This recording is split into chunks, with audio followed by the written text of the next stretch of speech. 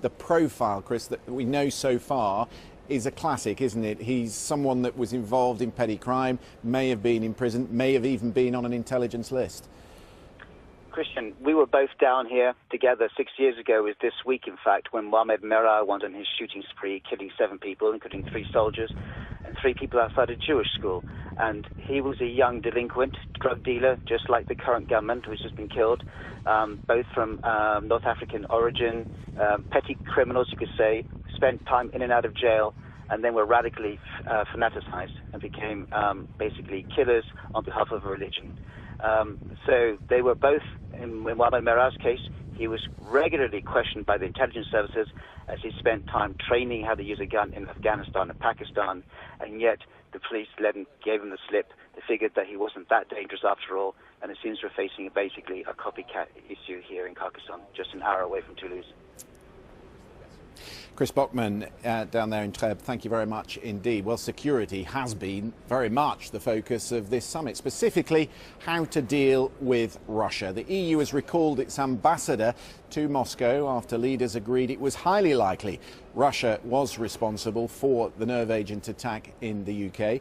The 27 leaders said there was no other plausible alternative. Moscow continues to deny any responsibility. Damien Grammaticus has all the details. For Theresa May, something new. A summit where the UK sees eye to eye with other EU countries. Mrs May now knows, dealing with Russia at least, she has solid support here. They agreed the United Kingdom government's assessment that it was highly likely that Russia was responsible for the attempted murder that took place on the streets of Salisbury, and that there was no plausible alternative explanation. And how about this for a change in tone? From the EU's chief Brexit negotiator, some Gallic gallantry for Mrs May. Michel Barnier was about to brief EU leaders about his negotiations with the UK. On Russia, some countries, Lithuania among them, may now follow Britain and expel Russian diplomats who they believe are spies. National measures will be applied already starting from next week. What do you mean? From your country? From a lot of countries. Ireland led calls to toughen up the EU response on Russia and is also considering expulsions. Bear in mind what the United Kingdom did was to expel 23 diplomats who they believed weren't actually diplomats, were agents, so we would have to do a security assessment just like they did before that. We're not going to randomly expel people who are genuine diplomats, perhaps. So for Mrs May, this has been a happier summit, but the EU has closed ranks too when it comes to Brexit. Once Mrs May was out of the room, the 27 other leaders agreed negotiators can begin a new phase of talks about the post-Brexit relationship with the UK. They're offering a trade deal and partnership in areas like security and research, but with caveats. The EU's guidelines for the new talks warn that some issues still require agreement, notably over Ireland and the border, if negotiations are to progress.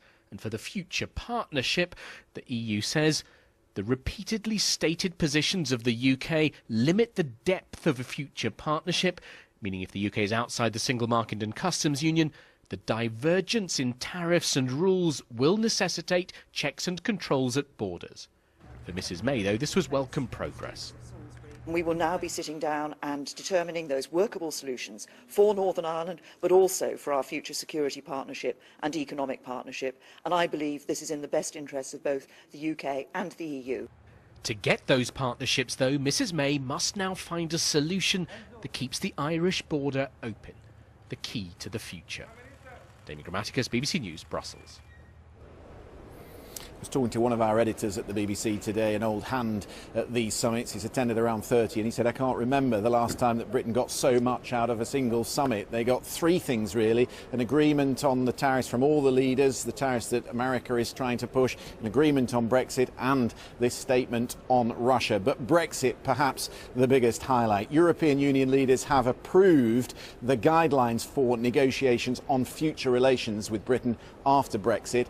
They backed a transition period until December 2020, and they also set out the possibility of a free trade agreement with no tariffs on goods and partnerships on security and defence. Theresa May said she believed there was now a spirit of cooperation and opportunity, though the French President Emmanuel Macron, speaking at that press conference we showed you earlier, alongside the German Chancellor, warned Britain could not expect to pick and choose elements of the single market that they wanted to belong to.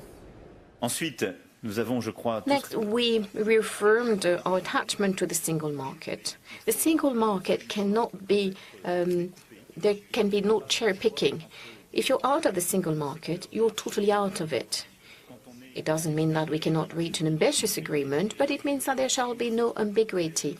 And the integrity of the single market and preserving the EU should remain our target, our goal, and we will stand united.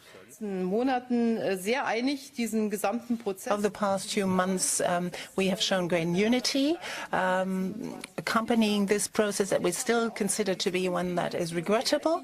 We have stood together as 27. We have also adopted the guidelines for further procedure. We would like to abide by the position that we have taken in the view of the United Kingdom not wishing to be in the single market nor in the customs union. We will then have to negotiate a very close trade agreement. We shall not allow ourselves to be split. We will have to show unity and cohesion in these negotiations. Time is of the essence, and we will have to deal with this matter again during the due Council.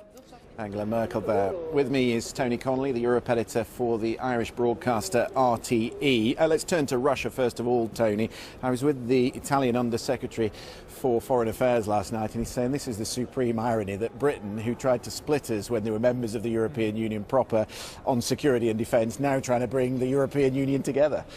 Yeah, I mean, I think there was a sense that Theresa May has had a pretty torrid time over the past year and a half with Brexit, and that Russia was perhaps an example to give her some space, some room to shine and to restore some lustre to Britain's foreign policy, which has been so complicated by Brexit. She spoke to Leo Varadkar, the Irish Taoiseach, last night, and he offered his support on the Russia issue. They also touched on Brexit. She was able to congratulate Ireland on the Grand Slam victory, which we like to remind everyone about, the rugby victory. And so I think this has been seen as a good opportunity just to restore some TLC to the relationship. But of course, we will be getting back into the bear pit of Brexit in due course. Come to that in a second. Do you get the impression, that we sometimes underestimate what Britain brings to the table when it comes to security and defence, with the Five Eyes, GCHQ, the intelligence services, the preeminent spender on defence? There was some suggestion here that they'd given intelligence that the other Europeans didn't know about, perhaps just underlining that this is what Britain does bring to the European Union. There is absolutely an awareness across the board of Britain's contribution and its capability on intelligence, on defence, on security, and of course on terrorism as well. And I remember it was pointed out to me about a year ago that when the EU was drawing up its list of individuals to be targeted for sanctions because of the invasion of Crimea and the annexation of Crimea, 77% of the names on those lists had come from British intelligence. So that was a kind of a clear example of how and why the EU depended on Britain. And I think everyone would like to see that relationship continue. Where it gets tricky is if there's a sense that Britain is trying to trade those assets and those capabilities for a sweetheart deal, a cherry-picking deal on the single market. Helen McEntee, the Irish European Affairs Minister, was here last night talking to us, and she said she's impatient now. She wants something on Ireland within 3 months, by the time of the next EU summit in June. Yeah, I mean, there was a sense that Britain and the EU had a deal on Ireland, on the Irish border in December, and then when that deal was converted into albeit fairly stark legal language, when the draft withdrawal treaty, that's Britain's divorce treaty, was first published in February and was vehemently rejected by Theresa May in the House of Commons. There was a sense that this was Britain actually backsliding, this was bad faith. Now, she has since recommitted to some of those options on the Irish border in a letter to Donald Tusk. And I think the Irish government say, well, look, time is running short. We need to operationalise that political agreement on the Irish border on keeping Northern Ireland within the customs union and single market to a large extent. That needs to be given clear language, and Britain has to kind of get back on track on that. And they don't want this process to be sidelined or pushed off course by things that they think are properly related to the future trade relationship. They want stuff clear and legally watertight in the withdrawal treaty, which will have to be agreed by October. Time is of the essence. Tony, good to see you. Thank you very much for being with us. Certainly, though, there is a renewed sense of optimism, I think, on the British side and maybe even on the European side as well. There are certainly some sizable obstacles to overcome, namely Ireland and, of course, the other issue of governance and the future role of the European Court of Justice. But there is momentum, and maybe that will just carry them over the line in time. Just a word before we leave you on issues here in Europe. The French President, Emmanuel Macron, has just said in the last few minutes that 3 people have been killed, 16 injured after that attack in southern France. Emmanuel Macron tonight in an emergency meeting with the Interior Ministry, and he did confirm at the press conference here that it was Islamist terrorism. So a direct challenge to France, and of course don't forget that state of emergency was put to one side in October. It was replaced by sweeping counter-terrorism law, so it's not as if they don't have the powers, the judges and the police. They still have what they had under the state of emergency. Police officer who was there on the scene, the most extraordinary part of this story, swapped with one of the hostages in the supermarket. He is apparently fighting for his life tonight in hospital, so our thoughts with him, and that is according to Emmanuel Macron. So that very brave gendarme police officer who went into the supermarket, left his phone on so that the police outside could hear what was going on in the supermarket. He was shot as they went into the supermarket, or just before they went in, and he is currently fighting for his life. That is the situation here in Brussels. I'll hand you back to the studio. Christian, thank you. Christian Fraser there at the EU summit. And just to tell you, to remind you perhaps, next Thursday marks 1 year to go before the UK leaves the EU. So throughout next week, we are going to be putting all your questions to a range of correspondents, editors, experts. Any questions you have about what lies ahead. Next Thursday is 1 year to go. Send any of your questions to the usual suspects there. You probably know them by now. You can see it on the screen. The text number 61124, hashtag BBC Ask This, or the email address is askthis@bbc.co.uk.